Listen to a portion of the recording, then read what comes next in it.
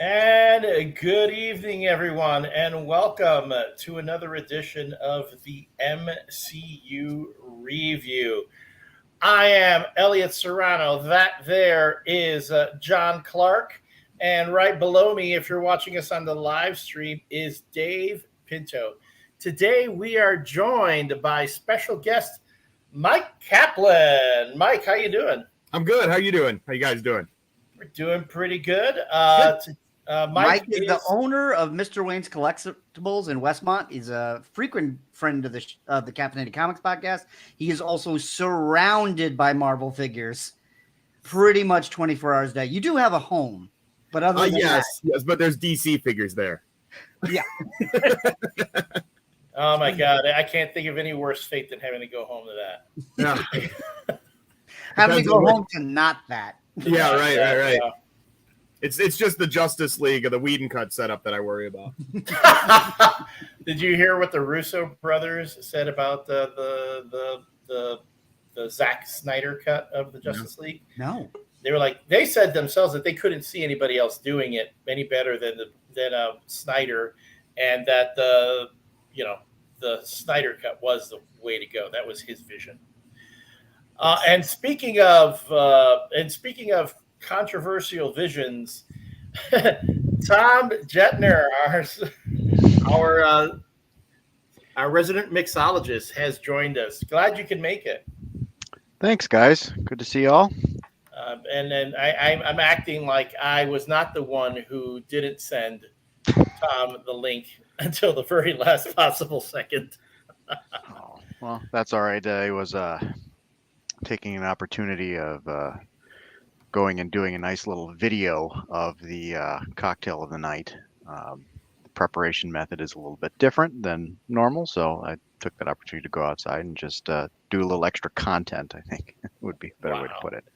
And if you want to watch that video and learn about that, a little more about said drink, you can go to ReVU Cocktails, correct? That's right. That's Instagram at ReVU Cocktails, where you can see all of Tom's MCU themed drinks. We've had a Guardians of the Galaxy one. That's right. We had the Captain America Winter Soldier one, the On Your Left, which was a fun one. What are we calling today's? Today is just called the Whiskey Caipirinha because it, much like Ant-Man followed, this is more of a thematic take on Ant-Man, but much as Ant-Man followed up Avengers Age of Ultron with a lighter, more accessible movie, this week's cocktail is significantly lighter and more accessible than last time out's rum old fashioned Hemi on the allspice Jamaican allspice dram and grapefruit bitters and two different kinds of rum. So this is significantly simpler and more accessible, just like Ant-Man is in many ways a more accessible movie than Age of Ultron, at least in my opinion. So all I've done is basically take a whiskey sour, but I've made it like you make a caipirinha, which is the official drink of Brazil, as classic a summer drink as you can get. That sounds good. And soon we will need a drink that uses the tears of all the disappointed children of the world. And just so you know, you can get those from me because I frequently cry them. You have all the disappointed children in the world? I've been all because the authorities need to be notified about that. Well, they're all disappointed that they're not home with their parents. Well, their parents got to do a better job of watching them. That's all I can say. They're disappointed that they have to put the lotion in the basket. Or it gets the hose. Wow, that took a left turn. Anyway, so we are discussing, as Tom said, we are discussing the lighter, more, accessible film, which was Ant-Man. So let's lead off today's episode with the segment we call our 2-minute review. So, Mike, you're our guest today. Give us your 2-minute review of Ant-Man, starring Paul Rudd, Evangeline Lilly, and Michael Douglas. Well, one thing that I'll just this won't be much of a formal review. I'm just going to kind of give you my thoughts on the movie. And one thing I really love about movies is when they're fun. A fun movie goes a long way for me. And this movie throughout and throughout the every appearance of Ant-Man throughout the MCU is just so much fun. And I like the way they were able to kind of tie in a little bit of the serious like world-ending thing, but like bring it back to this kind of centered character in Scott Lang. A couple of things that I just really love about the movie offhand. I would say number one, the music. The music of this movie really gives it that kind of espionage, kind of 60s spy, TV show kind of vibe. I love that about it. I got to say, I was entertained through the whole thing. And like you said, it doesn't really have a lot of weight as far as where the MCU goes from here, but it was just a really, really good time. And that's what I think about that movie. Dave. All right. Full disclosure, I did not get a chance to rewatch this in preparation for this episode. The reason I am house sitting right now was a last minute emergency thing for my good buddy Elliot, Mike, the one who attempted to see No Time to Die with us opening night. The one who hates Pierce Brosnan. Yes, the one who hates Pierce Brosnan. Damn him to hell. So last minute, he and his wife were on vacation, and kind of last second, they had a dog sitter that fell through. He was supposed to be staying at the house for a couple nights, and then fell through kind of unexpectedly. So they called on me. I happened to be available, and I was all set last night to open up their Disney Plus account and rewatch it, and was experiencing some pretty bad technical difficulties. It was just buffering and buffering and buffering. So suffice to say, I didn't get a chance to rewatch it, so it's not super fresh in my head. But I have seen this movie multiple times. I saw it in theaters when it came out opening weekend, and I've seen it a couple times since. And yeah, I'll echo a lot of what Mike said. I just remember it being a really fun movie. I think they kind of pulled something with the casting of Paul Rudd as Ant-Man that they did something similar to how they did Tony Stark and Robert Downey Jr. We have this character that maybe the layman moviegoer who's maybe not necessarily a big comic book reader is a character he's not they're particularly familiar with, but you cast this this instantly recognizable and very likable actor in the role, and he just sort of owns that role and makes the character a household name. And I thought Paul Rudd was genius casting, and he's so likable, and the character has now become so much more well known outside of the comics. I think in large part because of him. And it's just a really fun movie. It's a little bit lighter than a lot of the ones that will be a few that we've talked about and a couple that will be forthcoming. But I think it fits who the character is very well. And it's just fun, breezy movie. Tom. Well, I think Dave hit the nail right on the head when he talked about the casting of Paul Rudd, because this movie lives and dies on the casting. And I'm sure we'll spend a lot of time talking about what Edgar Wright might have made out of this movie, because he was working on this before Avengers, to the point where Ant-Man and the Wasp were supposed to be in the first Avengers. He worked on this for years and years and let go of it. So we don't know what his vision would have been, but he cast Paul Rudd. And Peyton Reed, who took over, has a comedy background. He did a lot of Mr. Show, and so there's a lot of like little cameos. People like Neil Hamburger just shows up for 2 minutes in this, but it is all about the casting. Especially with Paul Rudd, this is a guy that's been a supporting character, well liked, and has been doing little bits, and he's kind of got his due. It was about time he was the lead in a big movie, whether it was a Marvel movie or not, and this definitely raises his caliber. But then as you go down the cast, there's really not a weak link. Even, Michael Douglas is an inspired choice. Evangeline Lilly is great. You even get down the line, you have somebody like Judy Greer, who has a thankless role, but is fantastic in everything. And I think that's what carries the spirit of this movie through, is you have a lot of really good people who are used to doing small roles, who are used to knocking out of the park and leaving. And that's the whole movie. And it's almost like every lead in this knows how to be a supporting character. And I think that's what gives it this kind of light, fun feel. There's not a lot of pressure coming down on anyone's shoulders in this. And it keeps it breezy. And finally, Tom. Well, I think I agree with pretty much everything John, Mike, and Dave said. This movie gets better for me every time I rewatch it. It just becomes this something that I can put on and always enjoy something. John mentioned the casting. I think Michael Douglas, especially for me, given kind of what sort of I knew about the history of Hank Pym from the comics of him being not the greatest guy. Getting Michael Douglas to play that role and inhabit that role that has kind of on this rewatch a little more meat to it than I might have expected. We can talk forever about Paul Rudd or his various appearances on Conan O'Brien. But this certainly gets better for me every single time. And if I had, I think maybe one thing to say about this is kind of the way that they center it around a heist, which is a very kind of digestible plot point for kind of everyone to get their hands on. But it also, by this point, we're however many films into the MCU, we just got done with evil robots drop a city from 10,000 feet in the air. And this movie kind of calls a little bit of attention to the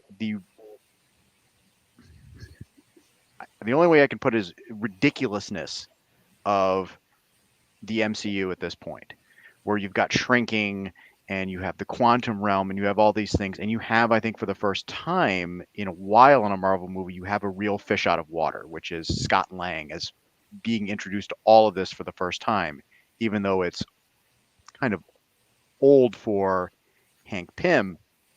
For Scott, this is all new. And he has the first reaction that all of us would have to being in this situation, which is, I think our first move should be calling the Avengers.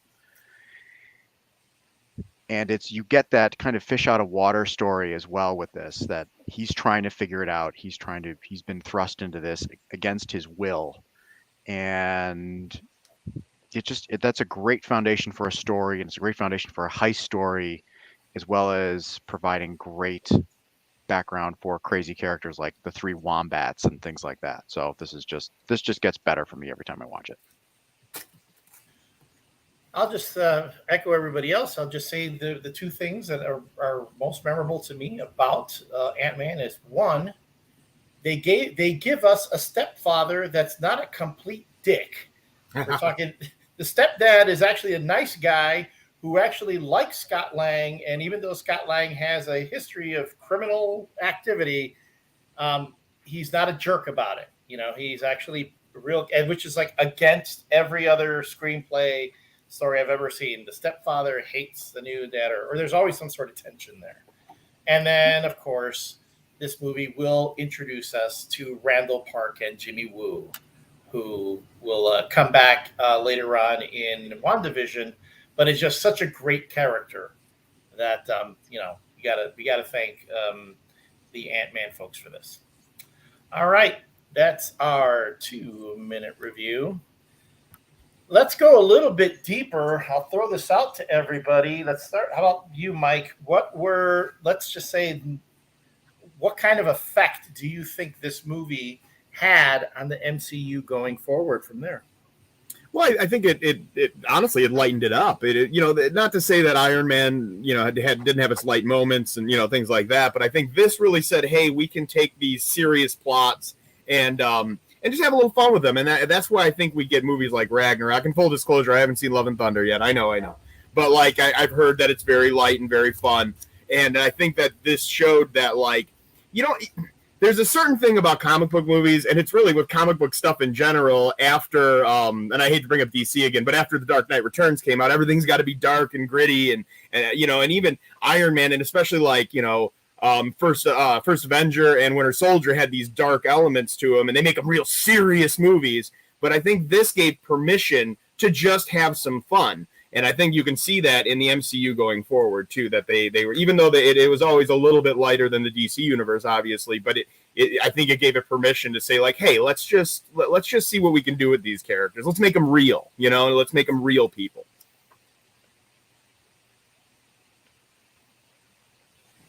Sorry, I keep forgetting to unmute myself here.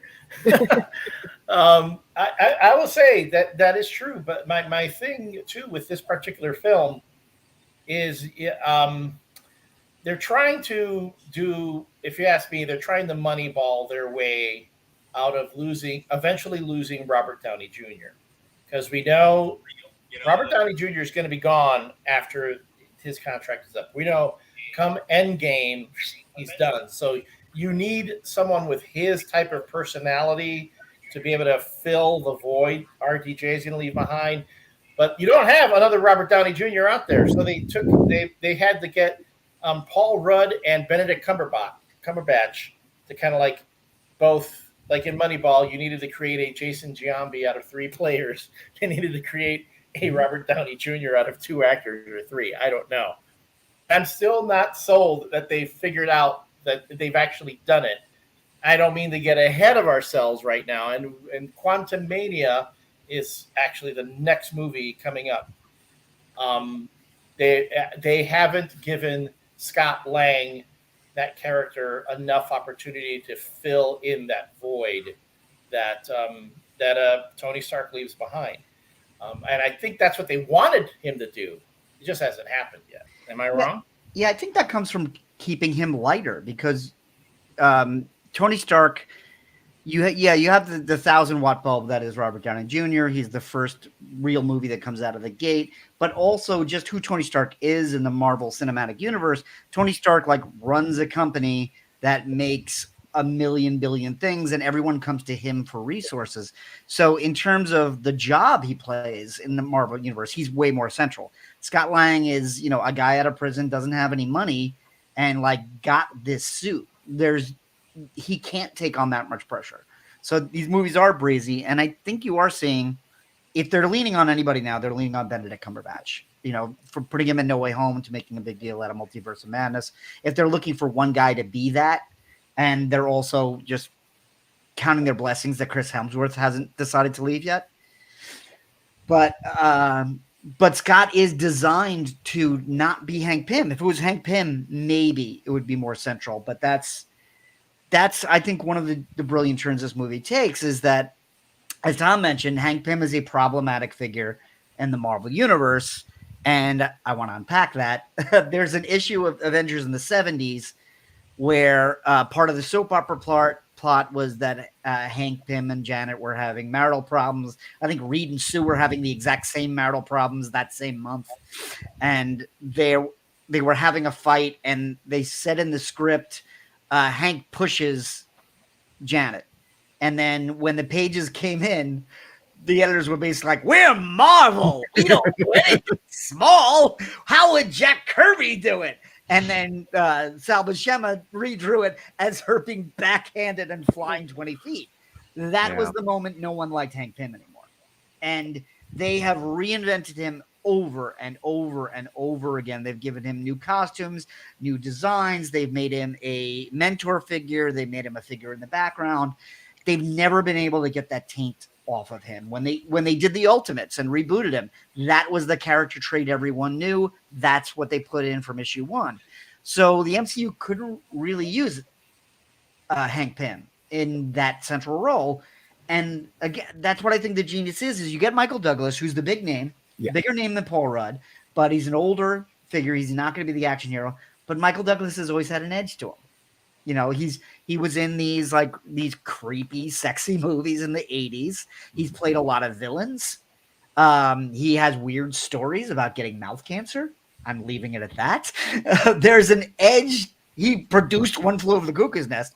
Michael Douglas has this uncomfortable edge about him. So you can put him in that, but not make him the focus. And then Scott Lang was this character that everyone kind of forgot. Bob Layton created him in Astonishing Tales in Marvel Premiere. He didn't really have his own book even before then, but he had a more interesting story about this, like Hawkeye, this guy who used to be a criminal. And granted, Hawkeye was never a criminal in the MCU, but this guy was a criminal who was trying to redeem his life. That was the more interesting story. But then through that, you also created this backstory that we've never seen in the MCU. There was an Ant-Man. There was a Wasp. They were running around in the 60s. We've never heard about superheroes existing before Iron Man. And that unlocks this whole era that we haven't really touched, even now. That's right. We get that wonderful interjection of Shield circa, was it 1993? 89 it opens. 89. Okay, I knew it had something to do with the fall of communism, but I wasn't sure whether it was the wall going down or the end of the Soviet Union. In my head, it was the Tim Burton Batman. I'm like, oh, that's the Tim Burton Batman here. That's what that is. So it was, we get that shot of Peggy Carter and Howard Stark, played by John Slattery. John Slattery, who does This is also the time where they just keep switching John Slattery and Dominic Cooper. Right, which apparently neither actor knew which one they were going to be in. They were just like, I get called in, I walk in there. And we get that. Well, I think in terms of the mechanism of what Scott Lang brings to the movies is anytime you need someone to make light of the situation in another movie, you have Scott Lang. You need somebody to say, I'm shaking your hand too long, Captain America, in Civil War. You need someone to say, that's America's ass in Endgame. Mm-hmm. You've got, go to the bench and you call up Scott Lang to pinch hit in that situation. So they found sort of their comedy utility infielder in Paul Rudd, Scott Lang, to put another baseball reference on it. But then you have in a wrestling reference, you have Sam Wilson, who's the Falcon at that point, essentially doing the job for Scott Lang, for a rookie Ant-Man who shows up an Avenger. Yeah, Scott Lang is also, to put it in a nerd connotation, which is the only one I'm going to understand out of all of these. If you put it in a Star Trek connotation, Falcon is the Worf in this movie. When the alien's really scary, they show up and they beat the hell out of Worf. And that's what Falcon does in this movie.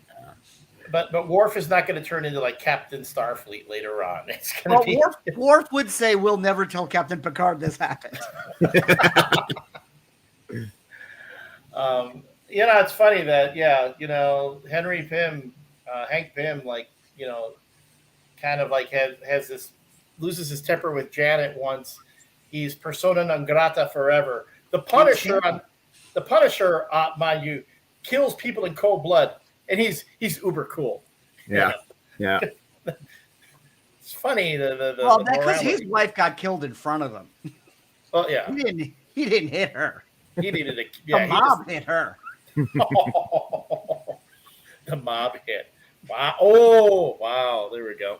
Well, I think for what you were saying, John, too, about Michael Douglas as a casting choice, I think that in a lot of his roles, he's a little bit unlikable as it is. And I think that's a perfect thing that, for an actor to slide into that role, to just kind of, acknowledge that he's an unlikable character. And I think, again, with an actor like Paul Rudd, who's so ultimately likable. I mean, this guy is the kind of guy you want to come over for dinner. You know what I mean? And I think that you can kind of redeem the Ant-Man character through Paul Rudd, even though Michael Douglas is the kind of and they even make in the second Ant-Man versus Ant-Man and Wasp, they make comments about how nobody can work with him and he hates everybody. And you know what I'm saying? I think that's why Michael Douglas both of them are such great casting choices, because they're so polar opposite about how the people perceive them. Yeah, and they make a great dynamic together. And in the script in this movie, nobody likes Hank Pym. He's estranged from his daughter. His protege has taken over the company and makes fun of him to his face. And he doesn't get along with Scott Lang immediately. Tom, to your point, the only other characters in this he calls the Wombats. He's like, he's not making any friends in this movie. Yeah. Back when he shows up at his own company, he goes, "That's right, I'm not dead." I want to thank everyone who's watching us on the live stream on YouTube, Facebook, and Twitch TV. If you're watching us on the live stream, you get to see all of us talking in person in our respective abodes. If you're not watching the live stream, you missed Dave holding up a really adorable dog while we were all talking about Ant-Man. He was getting very noisy, which is why I had myself muted. That's like the only way I can think to calm him down. Well, maybe it's because he had some thoughts about Hank Pym and spousal abuse. Could be. It could be. He's like, screw Hank Pym. I don't like him either. Maybe he wants us to get to that line about that's a crazy looking dog. And it's funny too, because when you talk about the comics in relation to the movie, I would read the Scott Lang Ant-Man comics. I didn't like Scott Lang in the comic books. He didn't really come across as really a very likable character to me. And the one part too is when he starts dating Jessica Jones for a while in the Brian Bendis' The Alias book, and seems like a dick to me there too.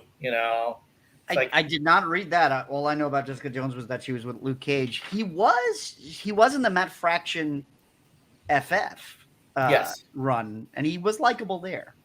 And those original Bob Layton issues are really fun. Yeah, I mean, that was when he was doing FF with Mike Allred, right? Yeah. So that's fun, but again, but I don't know what that person. I don't know if it was that the personality of Scott Lang, like they said, oh, you know what? Everyone likes Paul Rudd, and they like his his version of Ant-Man. Let's make the comic book version of it more like the movie version, as we're seeing throughout all the Marvel comics. They just say, oh, everyone likes the Chris Pratt version of Star-Lord. Let's do that, in the comic book. Yeah, and Paul Rudd knows who he is by the time he comes to this. As I said, he's not a leading man quite yet. He's like the guy you saw in Anchorman, and he was in the last season of Friends. He's a guy that's been bouncing around, but he knows his persona, and they just lean towards his persona. And he's not only is he really funny, but he's also the most genuinely likable character we've had in the MCU. Robert Downey Jr. kind of puts his feet in the wet cement of like I'm kind of an asshole, but I can get away with it, which is great. I mean, it really defined that character. But then there was like a tendency to try to make everybody go that way, and you could see that in Guardians, where Chris Pratt was coming from being like the dopey, dumpy guy on Parks and Rec to being kind of an asshole. And you could see him kind of like trying to figure out what that is. And everyone's sarcastic. And when Joss Whedon is writing the Avengers, everyone's really quippy and everyone's really undercutting. But in this, Paul Rudd is like genuine. Paul Rudd has this genuine softness and accessibility to his character, which he just brings to that. The scene where he's getting fired from Baskin Robbins, and the kid who's like Michael Cera's understudy, it's like asking for cheeseburgers, and he's like, "Come on, man, Baskin Robbins." It's like, excuse me, can you take care of this idiot? Sarcastic quip. He doesn't. He just kind of like, "Oh man, what? No." It's like, it's that just soft deflating. And as you said, Tom, they'll go to that in the upcoming Avengers movies, and he'll also, because he's the earnest, likable, really positive one, and not to get too far away from this movie to the other ones, he's so excited to be around people. But then Spider-Man's also going to be that when we get Peter Parker in the MCU. And just by Paul Rudd's personality, he's able to differentiate himself. Like Ant-Man and Spider-Man are not the same character in Civil War or in Endgame. And it's all because Paul Rudd knows what makes him funny and what makes him likable. And so does Marvel. Marvel just lets him be Paul Rudd. Mm-hmm. Was basically playing the same type of personality he played in I Love You, Man. Yeah. Remember that movie. And remember the first time that we see Scott Lang in the MCU, the first thing that we see about him is he gets punched in the face. So immediately, and he's fine with it. he's just like, oh man, you really punched me. Right, which immediately establishes for the audience of like, okay, like, who you're like, you're gonna like this guy. He's a good fella, you appreciate him. He's fun and he's tough. I think that established that right at the beginning that he's because I mean, like that's one of the problems with superhero movies sometimes is like, I had this problem with the Amazing Spider-Man is yes, he got bit by a spider, but all of a sudden he knows like these moves. It wasn't just reaction time. It was like he was doing Russian leg sweeps, and it was I feel that's a little unrealistic. Where at least in Ant-Man they showed that he is a seasoned, he's a criminal and he's been through some stuff and he can take a punch and that kind of thing, which superheroes need. So. And he's also not a great fighter. Like, he only really fights Yellow Jacket at the end of this movie. And he's not doing some killer moves. It's just basically just like a barroom brawl between the two of them. And it's the locations that are making that fight interesting. A lot of the moves they fall out of a helicopter. They go into his daughter's room. But the actual moves themselves are not very well choreographed because that's not the character they're creating. If you look at some of the fight sequences, though, you'll see that he's using the exact same moves that the Wasp taught him during their training. Like they're almost mirrored. You know what I'm saying? It's a pretty cool kind of showing that he. The way I would put it is, yes, he was tough. He could take a punch, but he didn't have any formal training. And now when she gives him the formal training, he goes, "Well, that's what I know, and anything she's taught me, I can use. Anything else, I don't know. I'm just going to start punching." Yeah, and they set that up right in the beginning when they talk about him being arrested. He's like, I didn't rob anybody. I burgled. It's like robbery implies threat. He's a non-violent guy. He says, I hate violence at that moment. I mean, it's not in this movie, but my favorite scene, my favorite Scott Lang scene has to be in Civil War when they do that great scene when Hawkeye shoots him into Tony's armor. That great homage to the cover, that the Hawkeye cover, and Paul Rudd's running through Tony Stark's armor and going, Tony goes, "Who is this?" He goes, "It's your conscience, man. We haven't had talked in a long time." And to me, it was hilarious having Paul Rudd playing off of Robert Downey Jr. Which makes me go, "Oh my God, we're never going to get moments like that again." Yeah, and that, at least they did that where they could. And God knows when we get to Civil War, we'll have 10 minutes about how Paul Rudd steals that entire movie. In a movie where they introduced Tom Holland to Spider-Man, Paul Rudd steals that movie. It was like Infinity War was like their one chance to get Benedict Cumberbatch and Robert Downey Jr. bouncing off each other. So they know, because they choose people that you've known and that they know. But aren't necessarily the A-listers. There was rumors forever that Tom Cruise was going to be Iron Man, but they've never, when they go for somebody that big, it's usually an older actor. It's usually Robert Redford or Glenn Close or Michael Douglas, and they're in a more supporting role. So they figure out people that know their personas but are ready for that next jump in their career. And then when they have two of them, they do like to get them and rub them together and see what happens. Well, Scott doesn't necessarily have, when you have Paul, because you have a real heavy hitter in Michael Douglas, who actually carries a lot of the emotional heft with the relationship between him and Hope, that Paul Rudd doesn't necessarily have to take on the entire burden. He doesn't really do it in the sequel either. He kind of, Dave, you compared Scott Lang to someone in particular who I think kind of sums it up. Someone who, let's just say, is great to have, but not necessarily someone to be like to carry the entire burden of anything. Yeah, I'm not sure how many other people on this stream will get it, but I said he called him the utility infielder. I said, so he's the Yuri Garcia of the MCU at this point. Any White Sox fans of Lawrence are out there watching this who know exactly what we mean with Leury Garcia, the White Sox utility player who is great to come in a later inning or is great to start on a tough day, but you don't want him batting third every day. And the advantage of it in the Ant-Man movies and in his subsequent appearance is that he doesn't have to, let's say, bat third in the order. To center a movie the way that Robert Downey Jr. centers a movie is that you get a guy and you can surround him with other people in the cast. And this is, if they had cast anybody else for Hank Pym, I don't know if this works or if the subsequent movies work. And I think also Evangeline Lilly carries a lot of the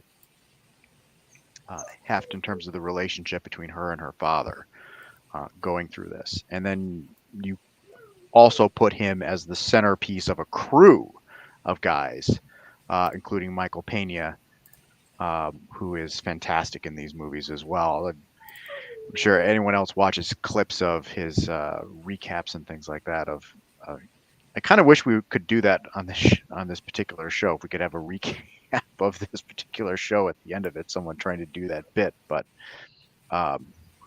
there's something that he's in an environment where he can do what he does best and not necessarily have to carry the load that someone like Robert Downey Jr. does. Dave, your dog is also concerned about about Paul Rudd. Yeah, carrying the load. I don't know what he's whining at. What he's whining about. I can't actually see him. He's on the other side of the couch, so I just hear this. I think he is also body distraught. whining. What? He is also distraught over Yeah. never having Paul Rudd and RDJ work together again Yeah. after Endgame. So, to me, I would have said Larry Boa. He's the Larry Boa of, for the Cub fans out there. Although Larry Boa was kind of a grumpy old dude. I don't know if that really applies to Paul Rudd, who has not aged at all. We haven't talked about that. The dude doesn't age. The dude talked about having to get ripped to be in a Marvel movie.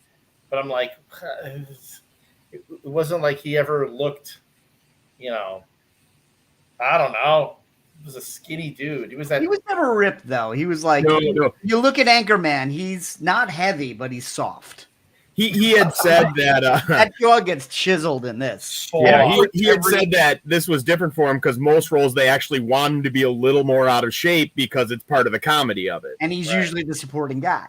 Yeah. So like 40-year-old virgin, he's one of the guys in the back. Anchorman, he's one of the guys in the back. Mm-hmm. It's like as we were saying, that pressure comes down on Steve Carell or Will Ferrell, and he gets to hang out in the back. This was the most that had come down on him. But you're right, and I actually hadn't thought about it, but they really do work to build this ensemble around him. And everyone's interesting between T.I. and David Desmalchin and Michael Pena being one group, and then Michael Douglas and Evangeline Lilly being a totally separate group, and then Bobby Cannavale and Judy Greer as the X family. They're all very different communities that he goes in and out of, but he's a part of each one of them. And that's kind of the fun of this, is at the end, they all touch upon each other. There are three really separate worlds that he lives in. And it's not the cliche of like, oh, this was my prison life and this is my new life. It's like, no, these are my work friends. And these are the work friends my work friends have to hire. And then this is my ex-wife who I'm getting along with. It's a really interesting dynamic. Like it becomes about his daughter at the end. The whole movie's not about that. And then you talk about all the supporting cast. Back to, again, Randall Park. The world will discover Randall Park, although everyone knew Randall Park. I remember him from the interview when he played Kim Jong-un. That was a hell of a role for him. But then pulling him into the MCU to play Jimmy Woo. If you read Agents of Atlas in the comics, it's a really cool character. And then there was like this massive swell of support. We need more Jimmy Woo. My question is, where is Jimmy Woo? I mean, I haven't seen him. I was hoping he'd show up. That was less than a year ago. Yeah, but that was okay. I want more. I mean, there was a groundswelling to make a Jimmy Woo, Kat Denning, a Darcy movie. Yes. Yeah. A Disney Plus show. A Disney Plus show where they're like, they go off and fight whatever supernatural crime or what, Do an Agents of Atlas show. I don't see your problem with that. But the only thing is you need a monkey. You need a guy. See a monkey. Talking about casting, we're really making a big omission by not mentioning Corey Stoll as Cross and then Yellow Jacket. And we're at a time where we're struggling with villains. We haven't hit Thanos yet. We've gotten like a couple of good ones, some weak ones. He's pretty intimidating, and his agenda makes sense. And he constitutes a real threat. And he's not just a mustache twirler, but he plays it really well, where he almost seems like you can trust him. But instead of taking that 180 turn that Jeff Bridges does in Iron Man, every time you get to know him a little more, you just get to just trust him more and more. And he's so intense without undercutting the tone of this movie. So you mentioned Jeff Bridges. I kept seeing Obadiah Stane light to me. I'm going, oh, he needed a different look for me. Well, he's bald already. Yeah, I know. I'm just saying. He looked. Corey Stoll was a big part of House of Cards, and he's already bald. His headshot is bald. I mean, Yeah. you know, I wouldn't want to put a toupee on this guy just because he looks kind of like a guy who's 30 years older from a movie 7 years ago. But Jeff Bridges isn't bald. So, Jeff Bridges was bald for that movie. Yeah, I know. So they need to come with a different. I was just saying. That's all I kept thinking was Obadiah Stane. Obadiah Stane. That's all. See, I did not get that. I thought their personalities were very different. Like, I would agree. Darren Cross could not hide the dick he was. You know, Stane hid it very, very well until it was too late. Yeah. And it also implies that they had known Hope and Hank had known for a long time because Hope had infiltrated and Hank makes a comment about how she's the only one who can get close to him. And, you know, I would say it just as a character in the whole, I would say if I wanted to sum it up, there's that scene where he's in Cassie's bedroom and he appears to her and she asks if you're a monster and he just kind of calmly says, do I look like a monster? I truly think he feels like a lot of villains do, like very similar to Thanos. He thinks he's doing the right thing.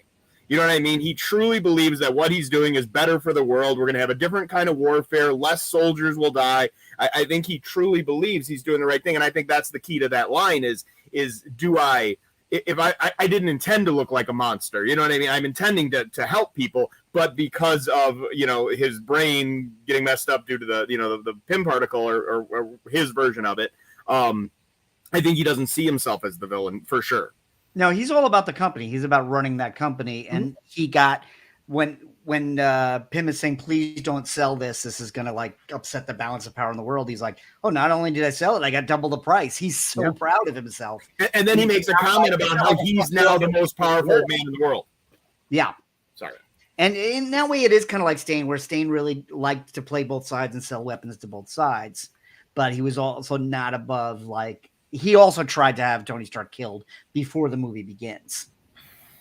I mean, I'm just going on looks. I mean, right now, again, if you're looking. All right, if you want to talk for 10 minutes about how they are both bald. Yeah, I mean, Mike is wearing a baseball cap. And if he wasn't wearing that cap right now, I probably could be comparing him to Obadiah Stane. And I have a beard, too. Yes. So, yeah, I have a very Obadiah Stane look to me. So there we go. I mean, is Professor X as well? I mean, come on. No, but he doesn't have a beard. That's true. Well, Dave and I have glasses and facial hair, so am I Dave Light? Okay, you're both kind of Tony Stark. You both got a Tony Stark vibe going. Well, no, but you've got kind of Dave's got, you know, kind of really the porn stash, you know, and then I mean, that's an exceptional Dylan Cease-esque mustache that Dave is sporting there. All the more reason for me to keep it now. Yeah, I'm trying to do the Scott Lang stubble, but it just all went white. Yeah. I'm the only one who had to shave. Indiana Jones since I was 17. I'm the only one who had to shave today because I had court, so yeah, it looked nice. And I'm still waiting for someone to comment on the Twitch about the various stages of beard here on, because I mean we have all the stages right now on the screen. That's what you're missing, folks. If you're listening just to the audio on the Radio Misfits Podcast Network, you're missing the interesting stuff that goes down on the video live cast. Mind you, if you missed the live stream, you can still catch video archives on our Facebook page and on our YouTube page. Go to facebook.com/MCU ReVU. And whenever we post a new video, you will find links to our Facebook, Twitch, and YouTube pages. We also have a link to Mike's Facebook page for Mr. Wayne's Pop Culture Collectibles. Mike, I got to ask about your shop. I mean, for folks who can't see all the fun toys behind you, for folks who are listening to the audio on the Radio Misfits Podcast Network, tell us a little bit about your shop, where you are, what you sell. Well, we're in downtown Westmont, Illinois. We're at 10 West Burlington Avenue. We sell pop culture collectibles. So really anything that has to do with video games, movies, TV shows, comic books, things like that. but not the movies, TV shows, video games, comic books themselves. So like action figures, statues, T-shirts, artwork, all sorts of stuff like that. And we're we've been in business for about 6 years now. I'm actually looking at if anybody's been to my store, and John knows this, that we are busting at the gills, and we're looking to get a bigger location right now. So we're gonna see how that works out. But 6 years in business. Every day, it's almost like a mini Comic-Con in here. Talking to people about cool movies and what the new shows were and all that stuff in the books. And just trying to form a community of people who there's a lot more people nowadays who are in this kind of stuff, but really want to just form a community of people who like the kind of stuff we're talking about today. Give people a safe place to go and hang out, and maybe pick up a figure or two while you're here. Yeah, Mike, you really do maintain that atmosphere. I have been warned if I bring anyone with me to your shop. I've been dissuaded several times because I go, and we'll stop by Mr. Wayne's, and they go, but that's going to be 2 hours. Yeah. And it first of all, the place is packed, so so it's going to take me 40 minutes to see what you've got in there, and then we'll get into a conversation, and people will come in and out and join that conversation or start another one. Mm-hmm. And then I look up and I realize, there's been 3 episodes of Voyager on the television in the corner.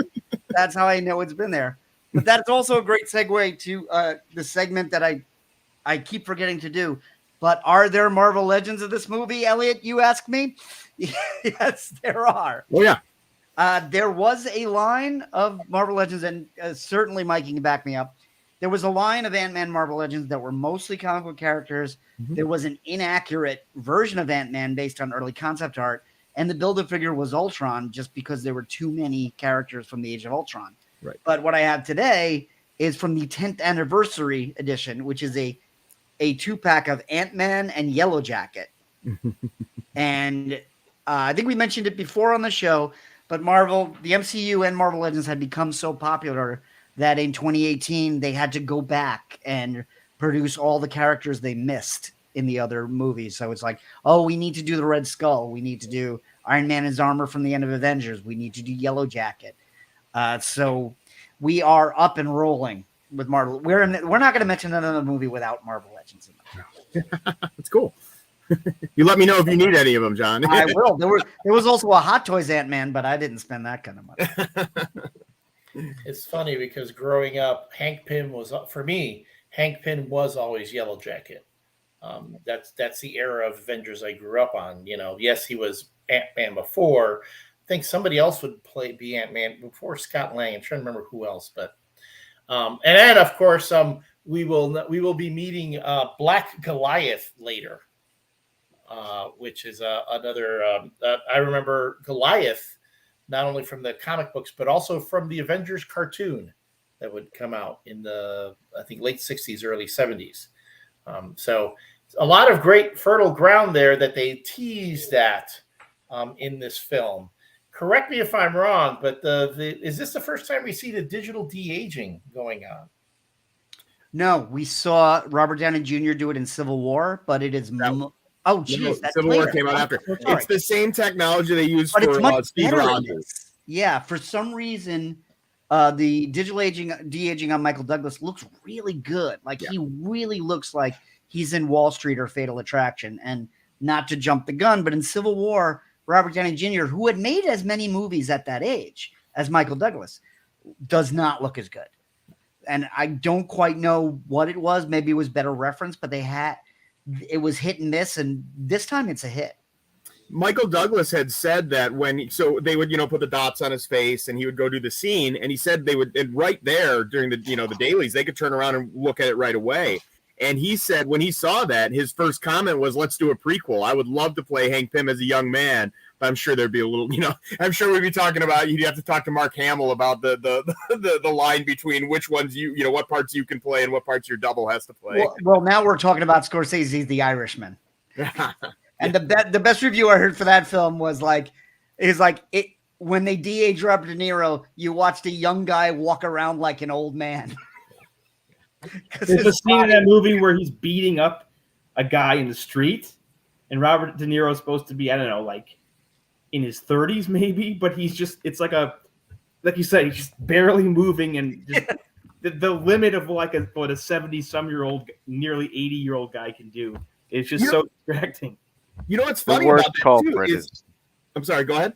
Oh, I was going to. I was. Before we get to something funny about it, something unfunny. The worst is definitely Al Pacino, who is being de-aged from like 70 to 50, and it looks just 10 times worse. Oh yeah. So go ahead, Mike.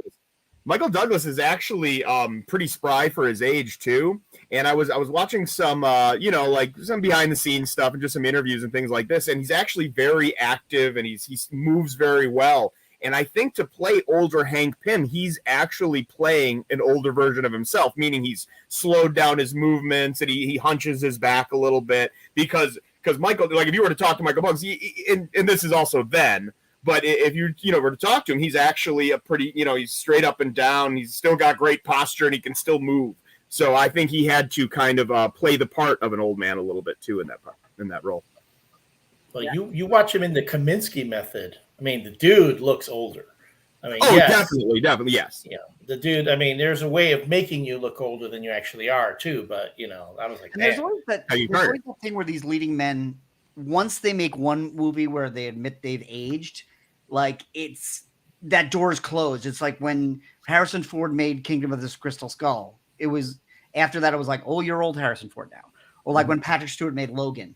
Like, okay, once you've decided I'm an older actor, you can never go back.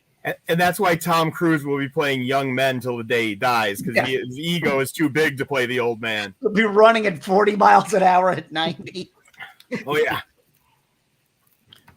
Not to get way too off, but I mean, like you also have Jeff Bridges in a show called The Old Man, and he's playing. Jeff Bridges, it was Crazy Heart. That was where he said, "Okay, I'm an old man now," and that's before Iron Man. Yeah, but not getting too much into age. We limit too much on the age thing. I mean, I don't want to get into this whole. Everyone's going to be complaining about Harrison Ford, at 80. When the final indie movie comes out, So. Well, which dog was that? Is the question. I think, wow, that the dog had some opinions about Harrison Ford. Harrison Ford let the dogs out. He doesn't want to see a 6th Indiana Jones movie. That's what it is. This has got to be the final one. That's what he said. Well, my opinion of that is, I'm always down for more Indiana Jones movies, and apparently they take 19 years to make. But, he nailed it in Force Awakens as Han Solo one last time. He nailed it in Blade Runner one last time. Just let him nail it one last time. We all know that the next Indiana Jones after this is Ke Huy Quan taking up the short round story after everything everywhere all at once. So that is. But there was a point where Shia LaBeouf was going to take over, and they quickly reversed course. Well, considering we are now talking about everything but Ant-Man, I think we can bring this segment to a close. Any closing thoughts on this film or anything that is to come in the MCU? Let's lead off with you, Dave. No, I wish I could have had a chance to rewatch this and had it fresh in my head so I can contribute a little bit more. I was going to slip in there at one point. I was looking forward to rewatching this because now I don't think I would have been able to rewatch this without seeing Corey Stoll as a young Corrado Soprano from The Many Saints of Newark. Because that's probably the most recent thing I've seen him in, and he stole the show and every scene he was in that movie. And that was obviously much later than this one. But this is a fun movie. I have good memories of it. I'm looking forward to the sequel. I think it's one of the lighter entries in the whole MCU. But I think when you have some of those big, 3-hour epics and heavier ones, you need ones like this here and there to kind of, to keep things a little bit lighter, not take itself too seriously. Dave, you contributed a cute puppy. Okay. Yes. So that was if anything. And there was another angry dog in there. I don't know if it was the same dog or was somebody else's dog. But all I know is Money Penny. No? I don't know whose dog was that? Was that That your was my dog, dog. Tom? That was my dog. Oh, okay. your All dog. right. All right. All right. Wow. Yeah. The dogs had opinions today. Dogs had opinions. Tom. Yeah, I think that it says a lot about this movie. I said it in the onset that I like this movie more with every single time that I watch it. It just gets more enjoyable. And to kind of piggyback off of kind of what Dave was saying, it does feel light and it does feel it moves really fast. But I would say that the reason why why the movie allows you to not take it so seriously is because clearly the people involved on the production side, the directing, and going back to Edgar Wright casting Paul Rudd, is that as much as we can say that this is a movie that doesn't take itself seriously, certainly the people making it went about their jobs with a great attention to detail. And like a lot of things in art and in life, things you're allowed to take things not so seriously because somewhere in the past someone did something and did take what they had to do with a great deal of care, and this is certainly done from top to bottom from cast, that this is a very movie made with a great deal of care and attention to detail, and that's why we're able to laugh just through it for 90 to for 2 hours. That it's just great. Mike. Well, I would say that the first thing that's kind of cool about this movie it gives us an opportunity to see the MCU through Paul Rudd, which is kind of like he represents us. He's our eyes seeing this, and that's when you can get, like you were saying, Tom, about the Captain America scene. Oh my God, it's Captain America! I've been shaking his hand too long. I think that's a beautiful thing about this movie because it gives us a little bit more relatability to the Avengers. I would also say that this is a cool movie because it's really about growth. If you look at where Scott Lang comes in, from at the beginning with everything, with his family, his relationships, where he's at with his life in general, you can see how like he's always pushing to be a better man, and how from the beginning of the movie to the end, he does become a better man. He has a better relationship with his family, he has a better relationship with Hank and Hope. And the other thing about this movie is like you were saying, Tom, watchability. If there is one movie in the MCU I could watch over and over and over and over again, it is absolutely Ant-Man. And it goes for the character in general, but the first movie particularly, I could watch that 100 times in a row and still be happy and still laugh at everything that goes on in that movie. So it's honestly, it's one of my favorites in the MCU. It's definitely, in my opinion, the most fun. John. I enjoy it. It's a good movie, but I always wonder what would have happened if it had been a great movie. And I think if Edgar Wright had been able to work with Marvel better, because he certainly wasn't going to be able to make the movie he wanted to make, seeing how the architecture would last. I think he would have made a great movie because he made Baby Driver instead. That was a great movie. I haven't seen Two Nights in Soho yet. I'm planning to. It's on HBO Max. But I haven't seen a movie that Edgar Wright hasn't made. The Cornetto trilogy, Scott Pilgrim, that wasn't a great movie. And I think the one thing that Marvel learned was pretty much how to treat an auteur director by learning what not to do by working with Edgar Wright. Because it's after Edgar Wright leaves that you get James Gunn, you get Taika Waititi, you get Sam Raimi to come back. And these guys who are real visionaries and can create a visionary film that lives within the MCU. I think they kind of had to go through those growing pains with Edgar Wright to learn what the equilibrium is. The most important thing for this movie, as fun as it is that it gives us Paul Rudd in the MCU as Ant-Man. And as you said, the other appearances, he's going to show up in Civil War. He's going to show up in Endgame. Ant-Man and the Wasp is going to come back with Peyton Reed directing again. He's something the MCU really needs because he's a personality type they can really use, where he's not quite Tom Holland. He's not quite Robert Downey Jr. He's his own thing. And it's a color and a flavor, kind of like Benedict Cumberbatch, who we'll get to soon, that no one else is going to do.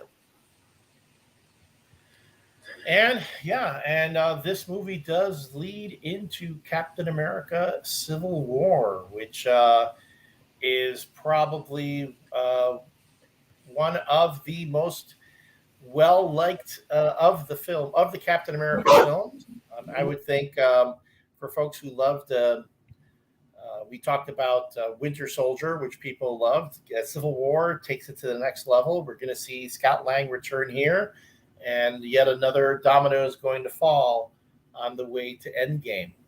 So, I have nothing more to add than anything that our wonderful, esteemed panelists today have. Even Dave, who brought an adorable puppy. One last time, let's go around the horn. Tell us, first, to start with you, Mike, where can we follow you and learn more about your store? Well, our website is mrwaynespcc.com, and you can find us at all the socials at Mr. Wayne's PCC. And then feel free to stop by. Like I said, 10 West Burlington, Westmont, Illinois. We are open every day but Monday. Please come on in, check it out, and we can talk some more about Ant-Man or whatever you want to talk about. This shows your dedication, Mike, because it's Monday and you're in the store. I needed a good backdrop. I was going to say, you could have done it at home with the DC stuff in the back. Yeah. Dave. I am on Instagram at Pinto_noir. And you can see adorable puppies on Dave's Instagram as well, just so you know. Tom. You can find tonight's drink, what's left of it. You can see just posted during the show. You have a video of me making this drink at ReVU Cocktails, ReVU Cocktails, spelled the usual way, at Instagram.com. Just trust me, folks. You're gonna. This one's easy. If you've been trying to do the other ones, this one's a real easy one. Compared to last week. I hope John finally did get his drink from last week. No. Well, no, your hopes are for naught, because let's just say I was having a hard day, and John took one for the team. If it helped, I went to a wedding last week and drank 17 of the equivalent. So I probably shouldn't drink for a while anyway. Well, thanks to Elliot, we have a bunch of wonderful new bottles that will be going out, particularly for. I'm really excited about next week's drink, and I'm going to make sure to get that all to you guys. This required a trip to Springfield, Illinois, in order to get the ingredients for it, but I'm pretty excited about it. That's going to be cool. And John. I'm in Out of My Book on Twitter and Instagram. And unless you are listening to this through Caffeinated Comics, you can listen to Caffeinated Comics every week, no matter where you get podcasts. We are there. As Elliot likes to say, you can ask Alexa, and Alexa will sound like me for about an hour. And we're starting to do some video. Thanks to the MCU review, we're starting to do some video on YouTube. But every week we definitely have audio. This week was really interesting, Elliot. You and I and Steven talked about comics hit $2 billion last year, and we don't know how. Because I don't know what comics people are talking about, but people are spending more than ever. Well, the moment you know the answer to that, then you can tell me how Grumpy Cat can sell as many copies as it has, and I still haven't made the New York Times bestseller list, and I haven't seen a dime. But anyway, but that's work for hire, folks. That's work for hire. And you can follow me on any of the socials at Elliot Serrano, 2 L's, 2 T's, 2 R's. Please, if you're watching this video on Facebook, if you're watching it on YouTube or Twitch, give us a follow, give us a like, share, comment. Thank you, Susan, for watching. Thank you for everyone who watches and doesn't comment. If you're watching this video as part of our archive after the fact, we appreciate it. Please do share this with your friends so we can grow this channel and do more fun stuff. So next time when we return, it will be Captain America Civil War. Tom will have a new drink. Dave will be home, maybe. and if I'm not home by then, something will have gone horribly wrong. We'll send out a search party if Dave's not home next week. And we promise to, because for folks who are going to complain that we had only dogs and there was not cat representation on the show, everyone knows Dave's cats are the ones that make the appearance on the show. So I muted my cat, so he would have been on the show. So anyway. But so we love everyone here: dogs, cats, Marvel, and DC. We are very open. All right. Thank you, Mike. Thanks for joining us. Thank you, Tom. Thank you. Thank you, Dave, John. Thanks, everyone, for joining us tonight. Have a great week. And until next time, this has been the MCU Review.